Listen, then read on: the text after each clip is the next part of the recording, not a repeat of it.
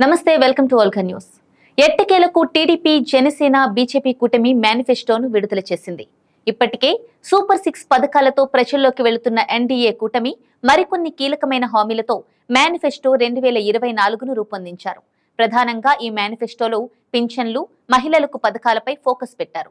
సామాజిక పింఛన్లు 4000కు పెంపు, ఏడాదికి 3 గ్యాస్ సిలిండర్లు ఉచితం, మహిళలకు ఆర్టీసీ బస్సుల్లో ఉచిత ప్రయాణం వంటి హామీలు ఇప్పటికే ప్రజల్లోకి తీసుకువెళ్లారు. పింఛన్ల అమలు 2024 ఏప్రిల్ నుంచే వర్తింపచేస్తారు.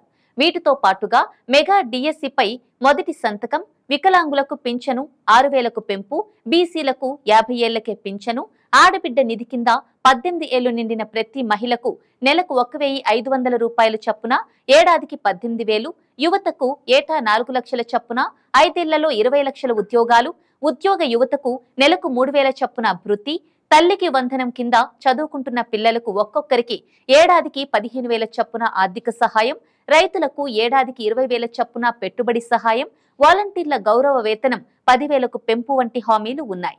ప్రతి పేద కుటుంబానికి 2 సెంట్ల ఇంటి స్థలం, ఇసుక ఉచితం, బీసీల రక్షణకు ప్రత్యేక చట్టం, ప్రతి ఇంటికి ఉచిత కుళాయి కనెక్షన్, స్వచ్ఛమైన తాగునీటి సరఫరా, భూ హక్కు చట్టం రద్దు, పెళ్లి కానుక కింద 1,00,000 అందజేత, విదేశీ విద్యా పథకం పునరుద్ధరణ, పండుగ కానుకలు మళ్లీ ప్రారంభం, నాణ్యత లేని మద్యాన్ని అరికట్టడం, ధరల నియంత్రణ వంటివి కూడా ఉన్నాయి. చెప్పుకుంటూ పోతే ఇంకో 10-12 హామీలు వస్తాయి. అయితే వీటి అమలు సాధ్యమేనా? ఇన్ని పథకాలకు డబ్బు ఎక్కడి నుంచి తెస్తారు అంటే సంపద సృష్టిస్తామంటున్నారు టీడీపీ నాయకులు. అంటే ముందు సంపద సృష్టిస్తారా? సృష్టించాకే పథకాలు అమలు చేస్తారా? అప్పటిదాకా పథకాలు ఆపేస్తారా? ఇలాంటి ప్రశ్నలు మాత్రం అస్సలు అడగొద్దు అంటున్నారు కూటమి నాయకులు. నిజానికి ఈ పథకాలన్నీ అమలు చేస్తే సంతోషమే, కానీ వీటికి డబ్బు ఎక్కడి నుండి వస్తుంది? ఇప్పటికే జగన్ పథకాలతో స్టేట్ శ్రీలంక అయిపోతుందని వాపోతున్న చంద్రబాబు ఇప్పుడు జగన్ కంటే ఎక్కువ పథకాల్ని ఎలా ఇవ్వగలడు? వాటికి అయ్యే వ్యయం ఎక్కడి నుండి తెస్తారు? ప్రస్తుతం ఏటా మన అప్పులపై ఆంధ్ర చెల్లిస్తున్న వడ్డీయే 20,000 కోట్ల పైనే ఉంది. రెవెన్యూ లోటు ప్రస్తుతం 20,000 కోట్ల పైగానే. ఇక అప్పుల సంగతి చెప్పక్కర్లేదు. దాదాపు 5 లక్షల కోట్ల అప్పుల్లో మునిగింది ఆంధ్రప్రదేశ్. దీనికి కారణం సంక్షేమ పథకాలు. 2019లో వైసీపీ ప్రభుత్వం అధికారంలోకి వచ్చాక నేరుగా లబ్ధిదారుల ఖాతాల్లో డబ్బు జమ చేస్తోంది. ఇందుకు భారీగా నిధులు అవసరమవుతున్నాయి. అమ్మఒడి, రైతు భరోసా, ఆసరా, విద్యా దీవెన సహా 29 కార్యక్రమాల కింద నేరుగా లబ్ధిదారుల ఖాతాల్లో నిధులు జమ చేస్తోంది జగన్ ప్రభుత్వం. గత 5 ఏళ్లలో మన ప్రభుత్వం 2,55,000 కోట్లను నేరుగా లబ్ధిదారుల ఖాతాల్లో జమ చేసింది. ఇవి కాకుండా మరిన్ని పథకాల కింద 1,70,000 కోట్లు మీకు అందించామని స్వయంగా ప్రకటించారు ముఖ్యమంత్రి జగన్. ఇంత భారీ స్థాయిలో నిధులు జమ చేసేందుకు రాష్ట్ర ఆర్థిక పరిస్థితి సరిపడా లేదు. దీనివల్ల ఎక్కువ రోజుల పాటు అప్పులు తెచ్చి రాష్ట్రాన్ని నడిపించింది వైసీపీ ప్రభుత్వం. ఏపీలో నేరుగా డబ్బు పంపిణీ పథకాలతో రాబడి కన్నా ఖర్చులు ఎక్కువయ్యాయి. 2024-25 సంవత్సరానికి ప్రవేశపెట్టిన ఓటాన్ బడ్జెట్ అకౌంట్ ప్రకారం ఏపీ బడ్జెట్ 2,86,389 కోట్లు. ఈ మొత్తంలో 2,05,352 కోట్ల రాబడి రూపంలో వస్తుందని ప్రభుత్వం అంచనా వేసింది. కేంద్ర ప్రభుత్వం ఇచ్చే పన్నుల రూపంలో 49,286 కోట్లు, రాష్ట్ర పన్నుల ద్వారా 1,09,538 కోట్లు వస్తుందనేది అంచనా. ఇవి కాకుండా పన్నేతర ఆదాయం 14,400 కోట్లు, గ్రాంట్ల రూపంలో 32,127 కోట్లు వస్తాయని అనుకున్నారు.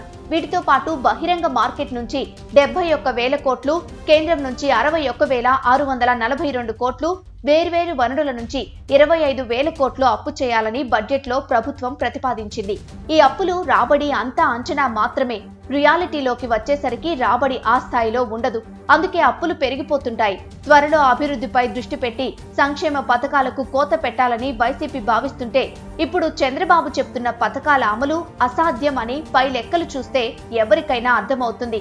ఒక అంచనా ప్రకారం ఇప్పుడు టీడీపీ మేనిఫెస్టో అమలు చేయాలంటే సంవత్సరానికి 2 లక్షల కోట్లు అవసరమవుతాయి.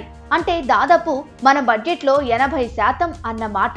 ఉదాహరణకి మన రాష్ట్రంలో 70 లక్షల మంది పింఛనుదారులు ఉన్నారు. నెలకు ఒక్కొక్కరికి 4,000 అంటే మొత్తం 2,800 కోట్లు. సంవత్సరానికి 33,600 కోట్లు. అలానే ఆడబిడ్డ నిధి కింద 18 ఏళ్లు నిండిన ప్రతి మహిళకు నెలకు 1500 చొప్పున ఏడాదికి 18,000 ఇస్తామన్నారు. ఏపీలో సుమారు 2 కోట్ల మంది పైనే 18 ఏళ్లు నిండిన ఆడవాళ్లున్నారు. రకరకాల కారణాలతో సగం మందిని మినహాయించిన కోటి మందికి కలిపి సంవత్సరానికి అయ్యే ఖర్చు అక్షరాల 18,000 కోట్లు. నిరుద్యోగ వృత్తి 3,000, రైతులకు ఏటా 20,000 లెక్కేస్తే మైండ్ బ్లాక్ అవుతుంది. ఆర్టీసీ బస్సుల్లో మహిళలకు ఉచిత ప్రయాణం వల్ల ఏటా ఆర్టీసీపై పడే భారం 4,000 కోట్లకు పైనే. ఇలా చెప్పుకుంటూ పోతే ప్రతి పథకం తలకు మించిన భారం అవుతుంది. 2014 ఎన్నికల్లో కూడా ఇలాంటి పథకాలతోనే మేనిఫెస్టో రూపొందించి అధికారంలోకి వచ్చాక దాన్ని వెబ్సైట్ నుంచి మాయం చేశారు చంద్రబాబు. ఆ ఎన్నికల్లో టీడీపీ ఏకంగా 600 హామీలిచ్చింది. 2014 ఎన్నికల్లో వ్యవసాయ రుణాలను పూర్తిగా మాఫీ చేస్తామన్న ప్రధాన హామీతో అధికారంలోకి వచ్చారు చంద్రబాబు. అయితే అధికారంలోకి వచ్చిన కొద్ది రోజుల్లోనే టీడీపీ ప్లేట్ ఫిరాయించింది. 87,000 కోట్లకు పైబడి రైతు రుణాలు ఉన్నాయని, ఒక్కసారిగా మాఫీ చేయడం కుదరదని 5 విడతల్లో ఇస్తానని చెప్పి 3 విడతలు కూడా ఇవ్వలేకపోయింది. దీంతో రుణాలకు వడ్డీలు పెరిగి కొత్తగా రుణాలు మంజూరు కాక రైతులు చాలా సమస్యలు ఎదుర్కొన్నారు.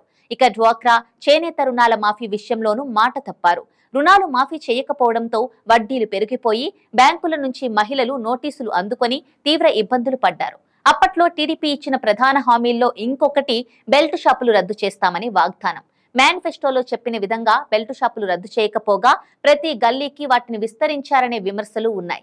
5,000 కోట్ల రూపాయలతో ధరల స్థిరీకరణ నిధిని ఏర్పాటు చేస్తానని చెప్పినా అధికారంలో ఉన్న 5 ఏళ్లు ఆ ఊసే ఎత్తలేదు. పుట్టిన ప్రతి బిడ్డకు మహాలక్ష్మి పథకం కింద 30,000 రూపాయలు బ్యాంకుల్లో డిపాజిట్ చేస్తానని ఇచ్చిన హామీ కూడా బుట్టదాఖలైంది. ఇంటికో ఉద్యోగం ఇస్తామని, లేకపోతే ప్రతి నెల 2,000 నిరుద్యోగ భృతి ఇస్తామన్న హామీని నీరుగార్చారు. పేద మహిళలకు ఉచితంగా స్మార్ట్ ఫోన్లు ఇస్తానని ఇవ్వలేదు. అదే పేదలకు 3 సెంట్ల స్థలంలో ఇల్లు ఇస్తానని చెప్పి ఒక్క ఇల్లు కూడా కట్టించలేదు. అదే విధంగా బీసీలకు 10,000 కోట్ల రూపాయల బడ్జెట్ వెచ్చిస్తామని, కాపులకు ఏటా 1,000 కోట్ల చొప్పున 5,000 కోట్లు ఇస్తానని గతంలో హామీలిచ్చింది టీడీపీ. కానీ 5 ఏళ్ల పాలనలో కాపులకు కేవలం 1,500 కోట్ల రూపాయలు మాత్రమే ఇచ్చి చేతులు దులుపుకుంది. నిరుద్యోగుల స్వయం ఉపాధికి 50 లక్షల రూపాయల వరకు రుణం ఇస్తాననే హామీని పట్టించుకోలేదు. అదేవిధంగా కాలేజీ విద్యార్థులకు ఉచితంగా టాబ్లెట్ కంప్యూటర్లు, బీసీలకు విద్యా ఉద్యోగాల్లో 33.5% రిజర్వేషన్లు, 500 కోట్ల రూపాయలతో బ్రాహ్మణుల సంక్షేమ నిధి వంటి హామీలను కూడా నెరవేర్చకపోగా వాటి గురించి ప్రజలు అడుగుతారన్న భయంతో మేనిఫెస్టోను తెలుగుదేశం వెబ్సైట్ నుంచి తొలగించారు. గత హామీలను అమలు చేయని టీడీపీ ఇప్పుడు వైసీపీ అమలు చేస్తున్న పథకాలను విమర్శిస్తూనే అంతకు మించి వ్యయమయ్యే హామీలను ఇవ్వడాన్ని ఎలా సమర్థించుకుంటుంది? అసలు 2014లో ఇచ్చిన 600 హామీలతో తమకు పనే లేదన్నట్లు టీడీపీ కూటమి సైలెంట్ అయిపోవడం ఇప్పుడు హాట్ డిబేట్ గా మారింది. అప్పుడు టీడీపీ హామీలకు పూచి నాది అని గ్యారంటీ ఇచ్చిన పవన్ ఇప్పుడు అదే టీడీపీతో కూర్చొని అవే హామీలను మళ్లీ గుప్పించడం విశేషం. జనాల మెమరీ పవర్ తక్కువని చంద్రబాబు, టీడీపీ నేతల అభిప్రాయం. ఇది జస్ట్ ట్రైలర్ మాత్రమే. రేపు సినిమా రిలీజ్ అయ్యాక దాన్ని ఆడించాలా, థియేటర్లలో నుంచి తీసేయాలా అనేది చూద్దామని టీడీపీ భావిస్తోంది. ఇవన్నీ అయ్యే పనులు కాదు. ప్రస్తుతం ఎలాగైనా గెలవాల్సిందే అని పెమ్మసాని లాంటి నాయకులు చెప్తున్నారు. ఏదో విధంగా గెలిచి 2014లో లాగానే మేనిఫెస్టోను మాయం చేయాలనేది చంద్రబాబు ప్లాన్. మరోవైపు కూటమి పార్టీలో భాగమైన బీజేపీ కూడా ఈ మేనిఫెస్టోను నమ్మకపోవడం గమనార్హం. దీనిపై బీజేపీ నాయకత్వం అసంతృప్తిగా ఉందని ఇన్సైడ్ టాక్. మొత్తానికి వైసీపీ మేనిఫెస్టోతో పోల్చి టీడీపీ మేనిఫెస్టో బ్రహ్మాండంగా ఉందని టీడీపీ నేతలు ప్రచారం చేస్తున్నా ఆంధ్ర జనాలు మాత్రం నమ్మేదేలే అంటున్నారు.